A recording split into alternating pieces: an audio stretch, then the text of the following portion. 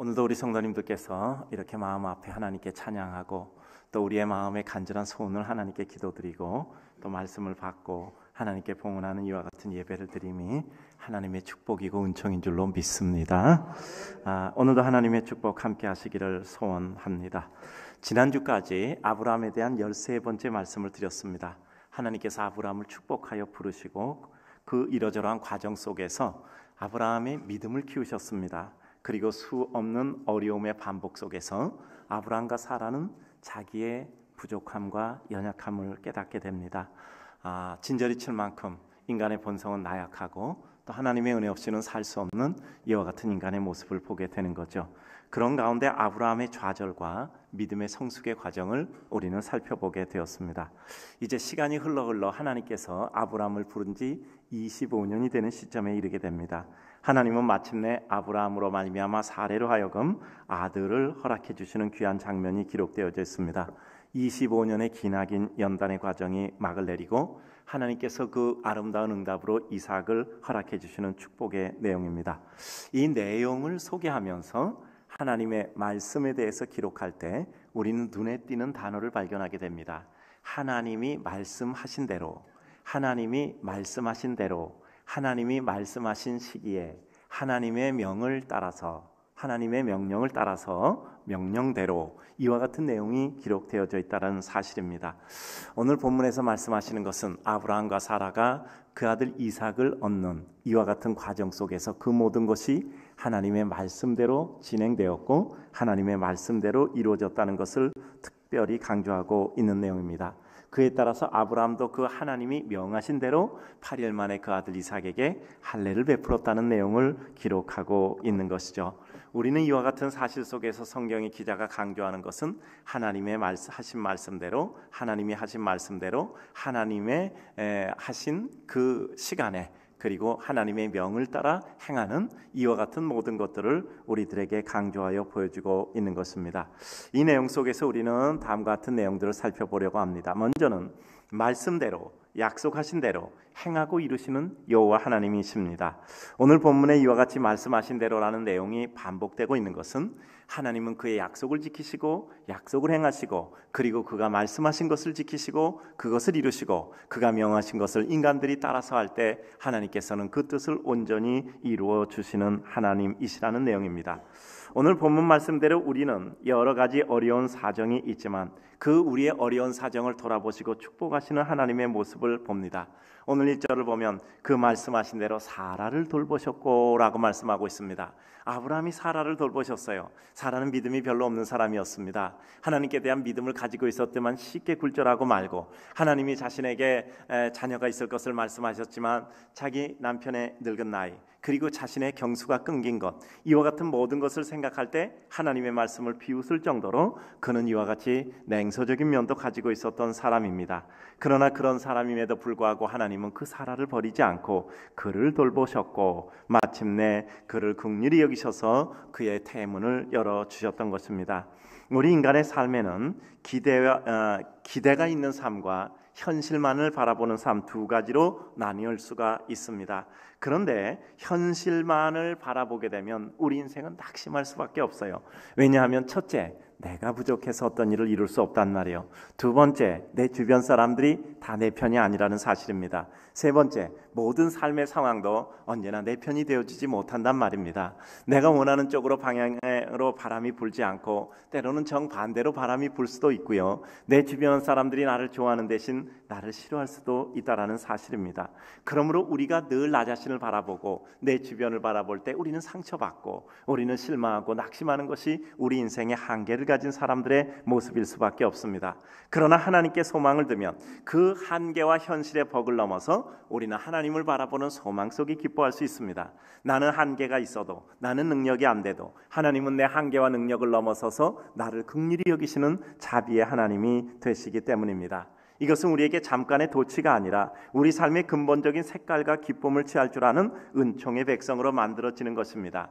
아무리 똑같은 밥과 반찬이 있어요. 그래도 그것을 늘 맛있게 먹고 기운내서 기쁘게 사는 사람이 있습니다. 근데 늘 똑같은 밥과 반찬을 줘도 그걸 가지고 짜증내고 투정 부리고 잘 안 먹고 그리고 행복하게 하지 못하게 사는 사람들이 있단 말이죠. 즉 우리 인생에는 슬픔은 있습니다. 아픔은 있어요. 핍절도 있습니다. 그리고 여러 가지 부족도 있습니다. 그런데 그것을 어떻게 받아들이느냐 하는 것이죠. 늘 부족하고 모자르고 그리고 내 인생 왜 이럴까? 나는 왜 이 능력밖에 안 될까? 라고 생각하면 한없이 슬픈 거예요. 그러나 그 가운데도 우리 하나님을 바라보고 나를 넘어서 하나님을 바라볼 때 우리는 그 하나님을 보고 달려갈 수 있는 것이 믿음의 백성입니다. 왜냐하면 하나님은 근본적으로 그 백성에 대한 따뜻한 사랑과 자비를 가지고 계시기 때문이죠. 아담과 하와가 범죄했을 때 하나님은 그들을 즉각적으로 죽이지 않으셨습니다. 오히려 다른 짐승을 잡아서 가죽을 가지고 그들의 수치를 가리움으로 그들은 밖으로 나올 수 있게 됐어요. 예수 그리스도의 십자가의 죽음은 인간의 죄를 지고 십자가에 못 박혀 죽는 죽음으로 끝나지 않았습니다. 영원한 생명의 부활을 주심으로 죄를 지고 죽고 그리고 죽음에서 생명으로 살아나심으로 말미암아 주님께서는 우리의 모든 죄의 문제를 깨끗하게 정리정돈하시는 이와 같은 은혜를 베풀어 주시고 하나님의 영광을 선포하셨던 것이죠. 결국 하나님의 은혜와 자비는 최종적인 고통을 뚫고 기쁨 속에 안착하게 되는 것을 봅니다. 그러므로 우리는 하나님을 기대해야 합니다. 호세아 6장 1절을 보면 오라 우리가 여호와께로 돌아가자. 그는 우리를 찢으셨으나 도로 낫게 하실 것이요 치셨으나 싸매어 주실 것이라고 말씀합니다. 때때로 우리가 찢김 당하는 것 같고 우리가 침을 당하는 것 같지만 그럼에도 불구하고 낫게 하시고 다시 싸매어 주시는 이유는 무엇입니까? 그의 침과 찢음이 우리를 망하게 하려는 것이 아니라 우리를 깨닫게 하여 하나님의 품 안으로 돌아오게 하시고 그리고 하나님의 은총 가운데 주의 뜻과 영광 속에 주를 바라보아 하나님의 영원한 은혜의 때로 우리를 다시 돌이키게 하시는 것이기 때문이지요. 그래요. 우리 인생의 여러 방법 중에 하나님의 자비를 기대하는 것보다 더 귀한 방법은 없습니다. 우리의 모든 일은 우리가 할 일을 다 했어도 결국 하나님의 은혜의 방법에 의하여 즉 기도함으로 말미암아 이루어져야 그것이 하나님의 축복입니다. 능력이 있고 기도하지 않는 것과 능력이 좀 부족해도 기도하는 것 어떤 것이 더 우리들에게 유익할까요? 능력은 있는데 기도 안 하면 능력이 있으니까 그 일 할 수 있습니다. 그런데 그 일이 될 때 그것은 나의 능력의 결과로 이룬 내 결실과 소산이에요. 하나님과는 상관이 없단 말이에요. 하나님과 관계없는 우리의 소득과 소출, 우리의 영화로움은 무엇일까요? 하나님과 멀어지는 기회가 되는 이와 같은 일일 뿐입니다. 그러나 능력이 좀 부족해요. 그래도 하나님께 기도합니다. 능력이 부족하니까 당연히 안 되죠. 그러나 가다 또 실망하고 가다 또 이리저리 고통 겪고 그런 연단의 과정 속에서 하나님의 능력을 깨달아 하나님께 눈물로 간구하고 하나님의 자비와 긍휼하심을 입어서 하나님의 은혜로 그 어려움을 극복하는 순간 우리 인생은 하나님의 축복으로 하나님의 은총으로 은혜와 축복을 받는 겁니다. 그러면 우리는 우리가 이룬 것이 하나님의 축복이고 은혜이기 때문에 하나님께 더욱더 가까이 나가고 그것을 소중히 여기고 그리고 어려움을 극복하며 해결하는 과정 속에서 우리는 더 큰 하나님의 능력과 축복을 체험하여 하나님의 역사를 이루어가게 되는 것입니다. 저도 교회를 한 지가 벌써 36년이 됐네요. 이 교회에서 28년째 그리고 전에 있던 교회에서 8년을 부교육자로 있었습니다.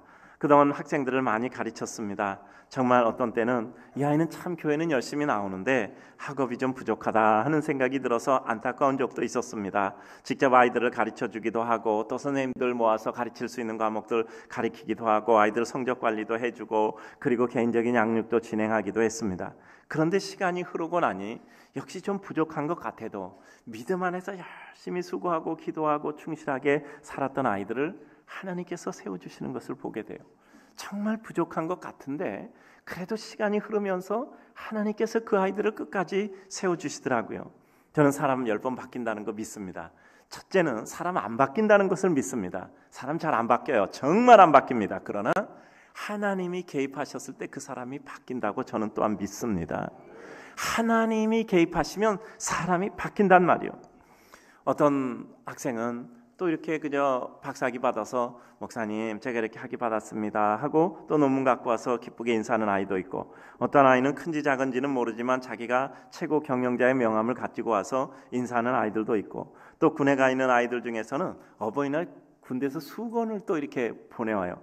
나 우리 집에 수건 많은데 그래도 그 정성이잖아. 군대에서 속보로 그 어버이날이라고 수건도 보내고 어떤 아이는 또 군대에서 숟가락 사갖고 보내네. PX에 숟가락이 있나 봐.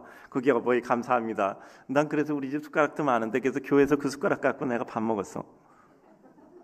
아니 걔가 군인 월급 받아서 그래도 숟가락이라도 사서 보내는 게 그게 보통 정성이겠어요? 이렇게 잘하는 사람들을 볼 때 마음의 감동을 느끼게 돼요. 저는 아이들부터 이런 생각도, 얘가 사람 노릇 하겠나? 근데 나중에 보니까 사람 노릇 하더라고요. 저는 이제까지 보면서 정말 교회 열심히 다니고 믿음대로 살고 정말 하나님께 뜨겁게 기도하고 이런 애들을 보니까 하나님께서 결국은 붙들어 챙겨주시더라고요. 저는 그래서 사람 눈에 보이는 대로 되니까 기도대로 수렴된다는 말 여러 번 하잖아요. 우리 자식들은 내 눈에 보이는 대로 되는 게 아니요, 저기 기도대로 수렴된단 말이야. 기도한 대로 결과가 맺어져요.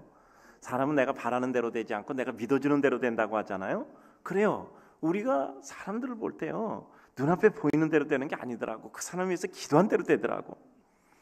그래요. 우리의 삶도 어른들도 마찬가지입니다. 내 처지에서 보면 내가 생각한 것과 내 자신의 처지는 엄청난 격차가 있을 수 있어요. 그런데 나 자신을 보면 너무 초라한 거야. 그러나 나 자신을 보고 낙심하는 것이 아니라 나를 넘어선 하나님의 놀라운 은혜를 바라보는 것. 믿음이 뭡니까? 한계를 가지고 있는 나를 보는 게 믿음입니까? 한계를 넘어선 하나님을 바라보는 게 믿음입니까? 믿음은 나를 넘어선 하나님을 바라보는 거예요. 나 자신에게 한정된다면 그건 믿음이 아니라 과학이고 계산이겠죠. 그런데 과학과 계산만 가지고 다 해결되지 않는 것이 우리 인생이 아닙니까? 그래요. 우리는 하나님 보면 새로운 기대와 소망이 생기는 거예요. 기대와 소망이 생기면 사람은 어떻게 하죠? 용기가 나는 거예요. 용기가 나면 의지가 생겨요. 의지가 생기면 무엇인가 달려갈 수 있는 힘이 생긴단 말이에요. 나도 모르는 하나님의 은혜에 대한 열망이 생길 때 그 뜨거운 가슴이 하나님께서 우리에게 은혜를 주시는 거예요. 제가 늘 말씀드리잖아요. 기운 꺾이면 끝이다라고 말씀드리잖아요. 기운 꺾이면 끝이에요. 내가 좀 부족해도 하나님께 기도하고 내가 앞을 향해 달려가겠다라는 의지와 용기와 소망과 그리고 하나님을 향한 뜨거운 열정이 있을 때 우리들에게 앞에 있는 모든 장벽이 다 어느 날 신기루처럼 사라지는 거예요. 우리에게 말씀하신 대로, 우리에게 약속하신 대로 그 축복을 행하시는 하나님의 모습을 봅니다. 1절 중반을 보니 그 말씀하신 대로 사라에게 행하셨으므로 2절 보니 사라가 임신하고 하나님이 말씀하신 시기가 되어 노년의 아브라함에게 아들을 낳으니 라고 말씀하고 있습니다. 요즘 제 마음에 늘 새겨지는 말이 있어요. 첫째는 잘하시는 것처럼 끝까지입니다. 둘째는 노력하는 삶입니다. 그래요. 끝까지는 뭐냐면 하나님을 믿으니까. 나를 믿지는 못하잖아. 우리 못 믿잖아요. 우리 못 믿잖아요. 근데 하나님을 믿으니까 끝까지 내가 부족해도 부끄러워도 하나님께서 나를 일으켜 세워서라도 가실 것이다. 하나님의 열심, 하나님의 의지를 믿는 거죠. 끝까지요. 그럼 끝까지 하나님을 믿는 것이 우리 삶에는 어떤 형태로 나타나죠? 노력하는 삶으로 나타나는 겁니다. 내가 비록 능력은 안 돼도 노력만은 최고로 한다라는 마음을 가지고 하나님을 바라보고 하나님을 믿기에 내가 하나님의 은혜대로 살아가기 위해서 버둥거리는 애는 쓰는 것이 우리의 삶이어야 하잖아요. 내가 하나님께 끝까지 바라고 기대한다는 게 어떤 모습으로 표현되겠습니까? 뭔가 애쓰는 거잖아요. 뭔가 뜨거운 마음을 가지고 달려가는 거잖아요. 하나님의 은혜 가운데 포기하지 않고 가는 거잖아요. 그래요. 우리는 항상 모든 수고와 최선은 우리의 몫이고 결과는 하나님의 몫입니다. 내일 아침 9시까지 해야 되는데 오늘 밤 12시 안 됐어. 그럼 끝난 게 아니잖아요. 우리는 9시간이나 아직 있잖아요. 마지막까지 해요. 그래도 안 돼요? 그건 하나님의 뜻이니까 받아들여야죠. 근데 그 하나님의 뜻이 뭐죠? 거기서 그만두는 것이 아니라 된 만큼 확보하고 안 된 만큼 또 시도해서 마지막을 채우는 거예요. 우리는 능력이 없고 우리는 자질이 안 돼서 한 번에 못할지 모르지만 그러나 남이 한 번에 하는 일도 우리는 2번, 3번, 10번이라도 해서 채우면 되는 게 아닌가 생각을 합니다. 하나님이 우리에게 그의 뜻에 대하여 확신하게 하시는 게 뭔지 아세요? 결국 우리는 포기하지 않고 한 번에 못하면 2번, 3번, 마지막에 10번이라도 해서 분량을 채우면 되는 거죠. 그래요. 그것이 하나님을 끝까지 바라보는 것이고 하나님의 축복을 포기하지 않고 믿음을 포기하지 않은 것이죠. 하나님의 축복을 포기하는 것은 믿음을 포기하는 겁니다.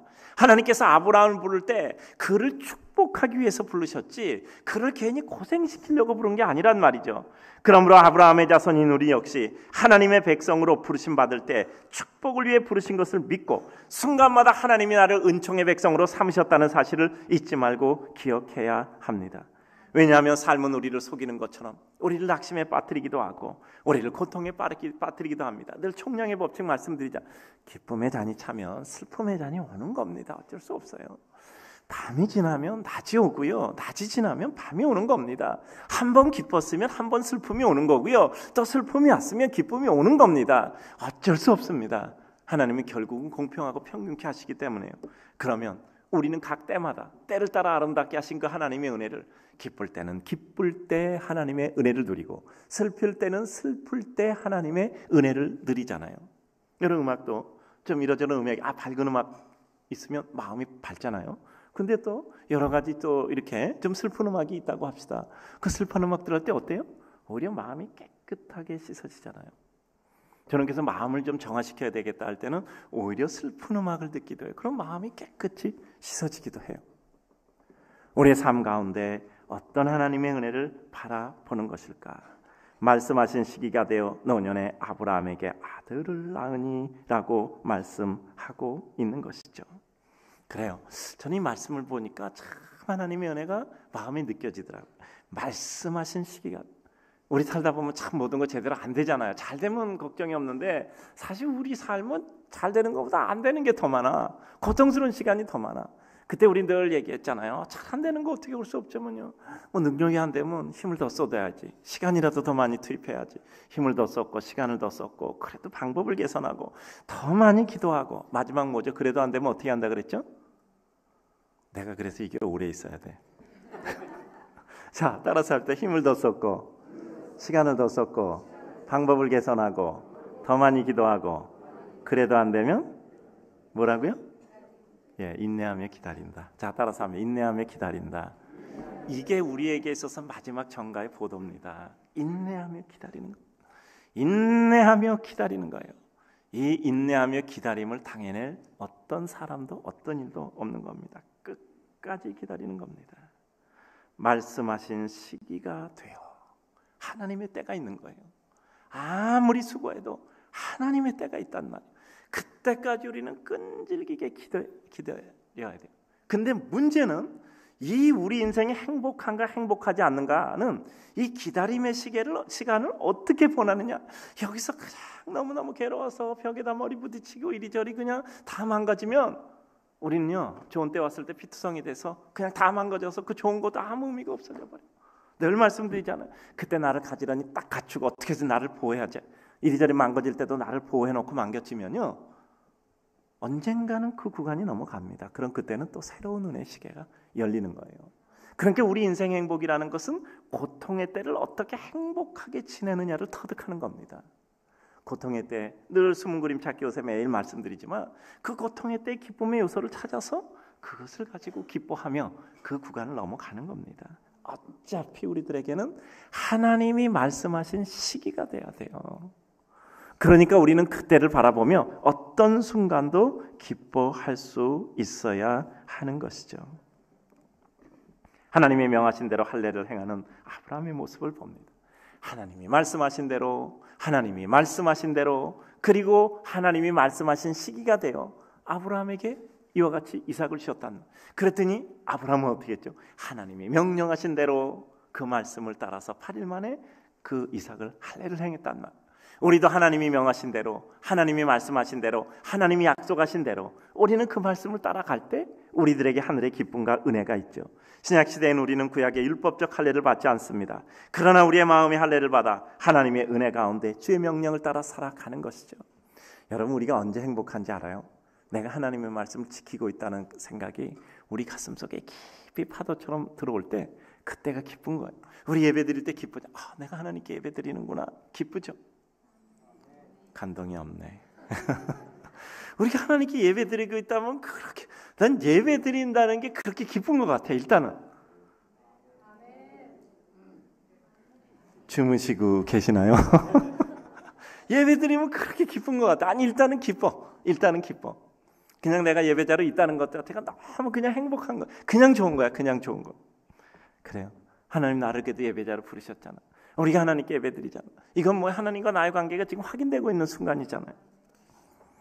장난감을 바꿔서 그것을 준 사람조차 잊어버리는 아이처럼 괴테시에가 나온다고 말씀드렸죠. 그렇게 있는 아이들이 아니라 장난감을 준 사람을 더 소중히 여기죠. 나에게 축복을 주신 그 축복을 손에 가지고 놀다 하나님도 잊어버리는 게 아니라 나에게 그 축복을 주신 그 하나님이 나에게 가장 소중하죠. 그러니까 그 하나님께 내가 기쁨을 드릴 수 있다면 더 좋은 거잖아요.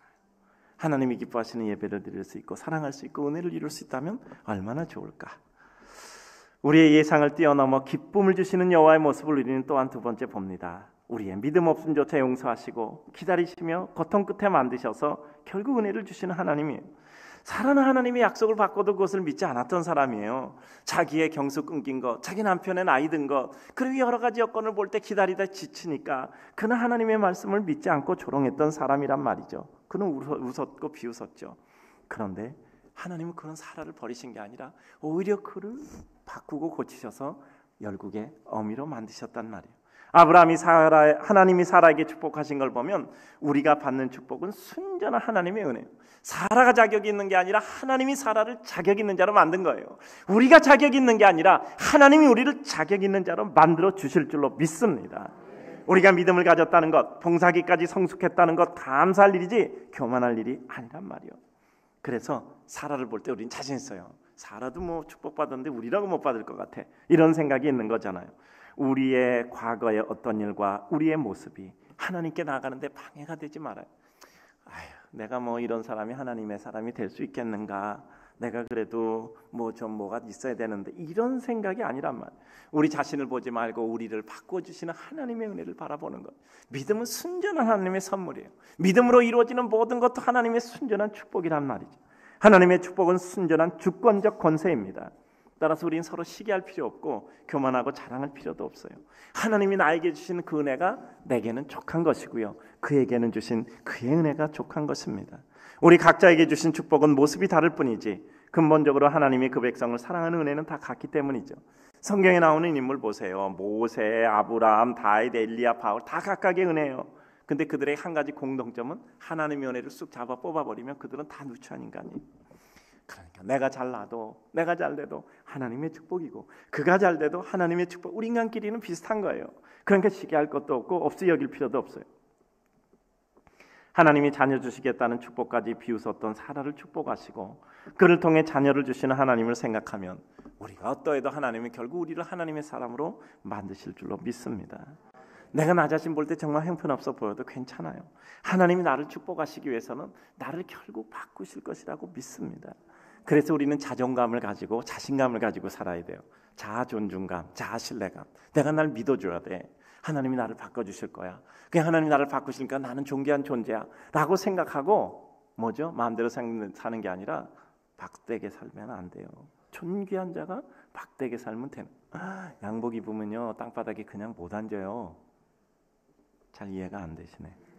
양복 입고 땅바닥에 못 앉는다고요. 그래도 작업복 입으면 등산복 입으면 땅바닥에 앉는데 양복 입으면 땅바닥에 못 앉는다고요. 우리 자매님들 스커트 입고 땅바닥에 앉을 수 없잖아요. 우리가 하나님의 의의 옷을 입고요 마음대로 살 수가 없는 거예요. 하나님의 믿음의 백성의 옷을 입고 우리가 마음대로 살 수가 없는 거라고요. 그래서 우리의 존귀함을 알고 우리는 스스로를 신뢰하며 하나님의 은혜 가운데 지나친 자기애는 옳지 않지만 우리는 일정한 자기애가 있어야 돼요. 하나님이 나를 사랑하기 때문에 내가 나를 아끼고 사랑해야 돼요. 나를 존중하는 이와 같은 것들이 있어야 돼요. 우리는 우리 자신을 보지 말고 하나님의 은혜를 바라보고 살아야 합니다. 나 자신의 한계를 하나님의 한계라고 느끼지 말고 하나님의 은혜를 바라보며 살아야 한다는 거죠. 일단 하나님을 생각할 때 내 생각과 내 상상 이상이고 내 방법으로 안 될 때 하나님의 방법이 있다는 것을 우리는 항상 기대해야 됩니다. 여러분, 도무지 길이 없다, 방법이 없다라고 느껴지는 때가 있어요. 그때 뭐죠? 하나님의 길이 있는 줄로 믿습니다. 하나님의 방법이 있을 줄로 믿습니다. 따라합시다. 계산으로 안 될 때는 믿음으로 합시다. 다른 길이 없잖아. 계산으로 안 되면 믿음으로 해야지. 우리는 그 믿음으로 하나님께 나가는 거예요. 이건 무지한 자가 아니라 가장 지혜로운 자입니다. 세상에는 계산을 능가하는 더 큰 계산이 있어요. 계산을 능가하는 더 큰 계산이 있다고. 어떨 때 울었던가요? 머릿속에서 계산기 두드릴 때 울었던가요? 그거보다 더 큰 계산을 할 때가 울었던가요? 시간이 지나면 항상 큰 싸움의 승리가 모든 승패를 결정하더라고요. 방법이 없을 때 하나님 도대체 우리를 어떻게 기쁘게 해주실 겁니까? 라고 반문하며 하나님을 기대해야 합니다. 하나님, 나는 너무 슬퍼요. 하나님이 어떤 기쁨이 있습니까? 나는 상상할 수 없어요. 그러나 하나님이 나를 기쁘게 하실 수 있다는 것만은 믿습니다. 이게 우리의 믿음이잖아요. 마지막 하나님의 약속, 그 약속이 이루어지는 결과 사이에 과정에서 우리가 해야 될, 하나님이 약속하셨어요. 근데 이루어지기까지, 결과까지는 과정이 있잖아요. 그 과정 속에서 우리는 어떻게 살아야 될까? 제가 요새 맨날 얘기하잖아요. 생선과 소멸이 있는데 생선과 소멸로 넘어가기 위해서는 생로병사를 거치잖아요.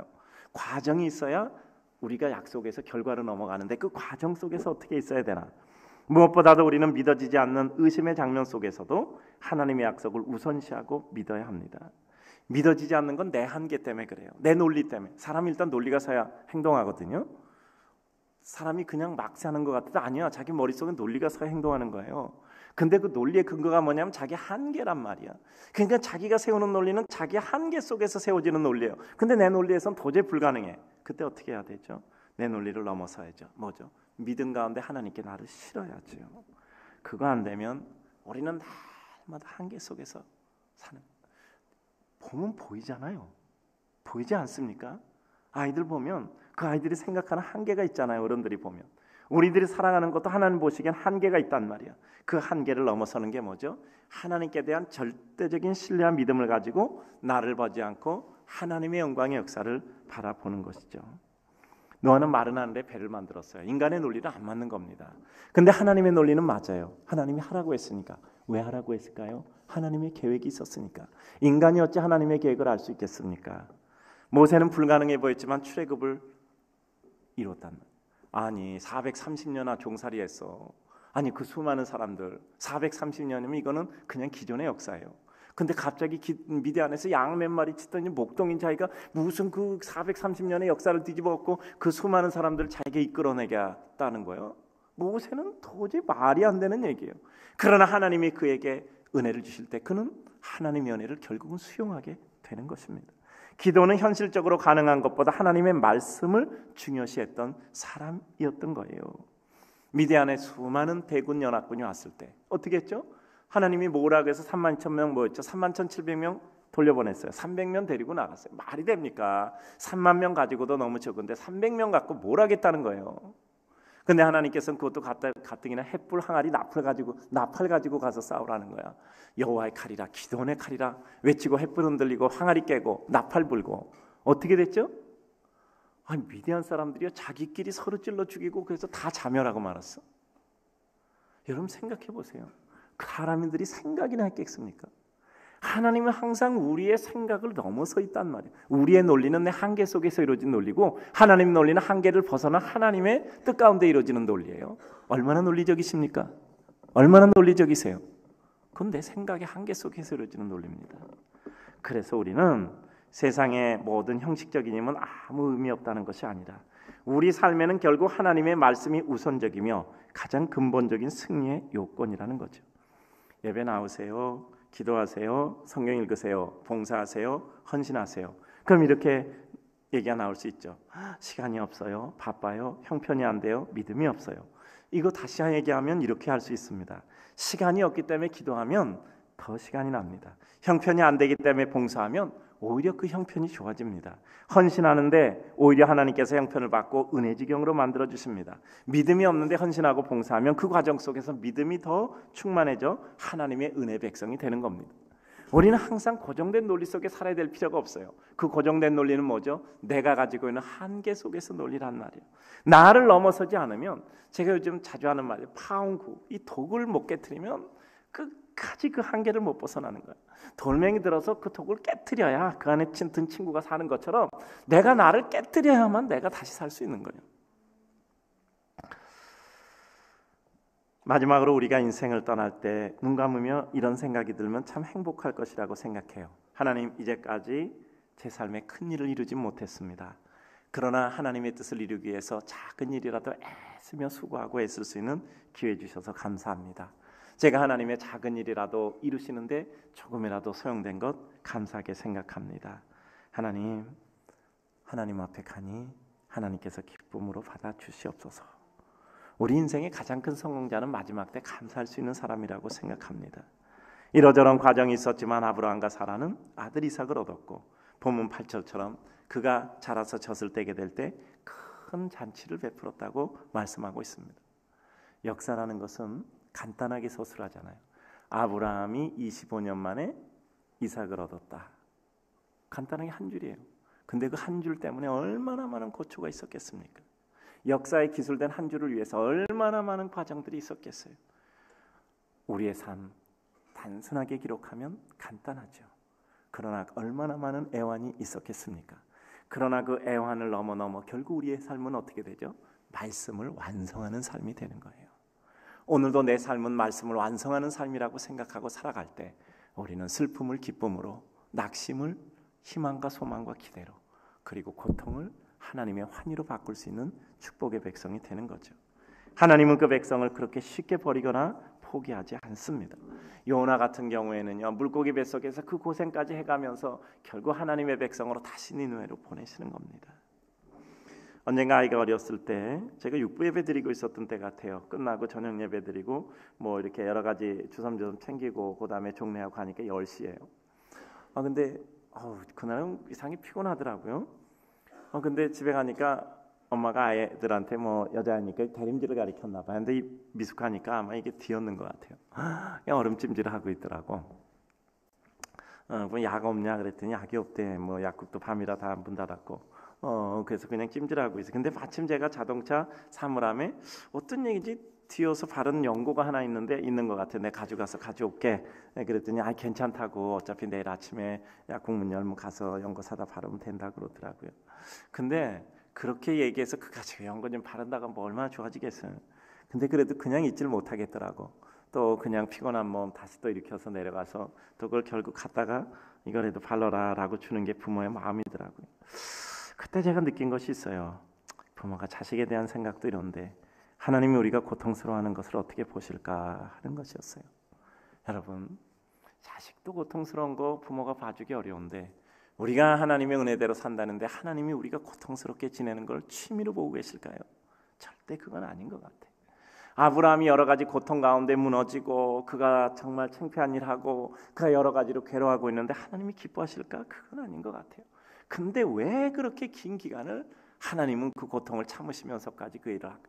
제가 우리 부교육자들 목사님들에게도 어떤 일을 이렇게 할 때 제 마음에 이런 생각이 늘 있어요. 이 수준에 이르려면 이런 수고는 해야 돼.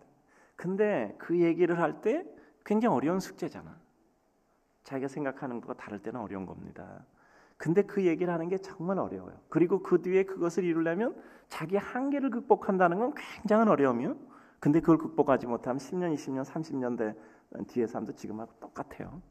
저도 이제까지 살다 보니까요. 10년, 20년, 30년 전에 있는 사람의 대부분의 95%의 사람 거의가 비슷하게 살아요.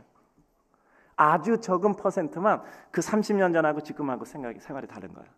거의가 다 똑같더라고요. 그러면 지금 못 바뀌면 그 모습으로 30년을 살아가야 돼. 40년을 살아가야 되고. 그러면 이게 정말 유익하다 생각하는데 그걸 어려워하는 모습을 보고 참고 있는 게 어려운 거야. 에이, 괜찮다. 그냥 그만둬라. 우리 그냥 편하게 살자. 그렇게 말하고 싶은 거예요. 근데 정말 그 뒤를 바라보면 이 악물고 그 순간을 참아야 돼요. 그 일을 악물고 참아야 돼요. 괴로워하는 모습을 보면서 참아야 돼요. 그게 어려운 거더라고. 하나님이 우리를 보시는 모습도 그러하다라고 생각이 돼요. 얼마나 우리 인간들이 이리저리 지쳐기는 모습들이 힘들겠습니까? 그러나 하나님은 우리를 보시면서 하나님 우리 응원하시고 우리에게 소망을 주시고 또 우리를 위로하시고 또 때로는 우리를 야단치시고 하셔서 결국 믿음의 자리에 갖다 놓는 거예요. 그리고 축복하시는 거예요. 말씀하신 기한이 돼서 시기가 돼서 그때 축복하신단 말이에요. 우리 성도님도 사는 거 어렵죠? 저는 우리 성도님 보면 너무 안 됐어. 정말 사는 게 쉽지 않은 것 같아. 정말 세상 사는 거 정말 쉽지 않은 것 같아요. 그러나 그럼에도 불구하고 하나님께서 우리를 내려다보시고 가장 좋은 때를 고르고 계신 거예요. 가장 정한 때까지 견딜 수 있도록 우리에게 은혜를 주시는 거예요. 오늘도 주님을 사랑하는 모든 성도님들에게 결국은 말씀하신 대로, 결국은 약속하신 대로, 결국은 축복하신 대로, 결국은 그 기한대로, 결국은 하나님의 은총대로 이루시는 하나님을 바라보고 주의 영광 이루시기를 주님의 이름으로 축복합니다.